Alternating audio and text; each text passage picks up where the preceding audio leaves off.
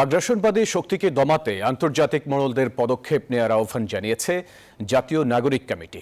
আগরতলায় হাইকমিশনে হামলার বিচার ও বাংলাদেশে ভারতীয়দের ভূমিকা বন্ধ সহ ৮ দফা দাবি জানিয়েছে বৈষম্য বিরোধী কর্মচারী ঐক্য ফোরাম।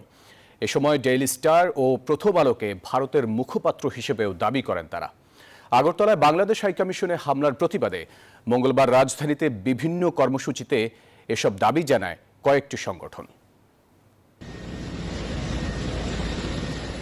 ছাত্র জনতার আন্দোলনের মুখে ৫ আগস্ট দেশ থেকে ভারতে পালিয়ে যায় ১৬ বছরের স্বৈরশাসক শেখ হাসিনা।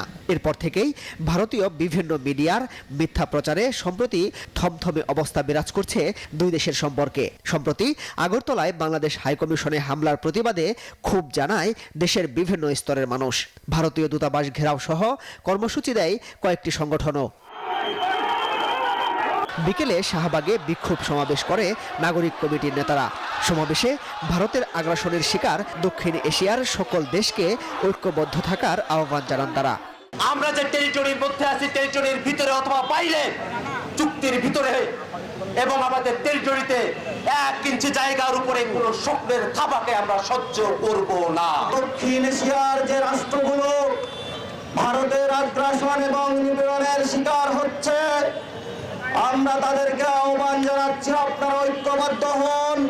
একই সময় প্রেস ক্লাবের সামনে বিক্ষোভ সমাবেশ করে বৈষম্য বিরোধী কর্মচারী ঐক্য ফোরাম। এ সময় ভারতের সাথে সব চুক্তি বাতিল, অবৈধ ভারতীয় নাগরিকদের ফেরত পাঠানো সহ ৮ দফা দাবি তুলে ধরা হয়।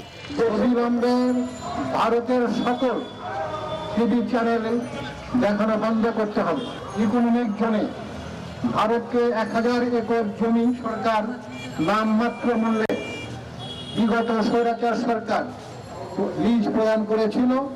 ডেইলি স্টার এবং প্রথম আলো বাংলাদেশের বিরুদ্ধে, স্বাধীনতা সার্বভৌমত্বের বিরুদ্ধে যেভাবে ওনারা ভারত আমাদের উপর আক্রমণাত্মক কথা বলতেছে, ডেইলি স্টার এবং প্রথম আলো আমরা চাই তার বিরুদ্ধে কথা বলুক, বাংলাদেশের পক্ষে কথা বলুক।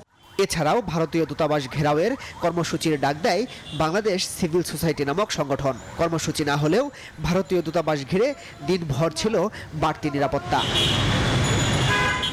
মাসুদ সুমন, নিউজ 24, ঢাকা।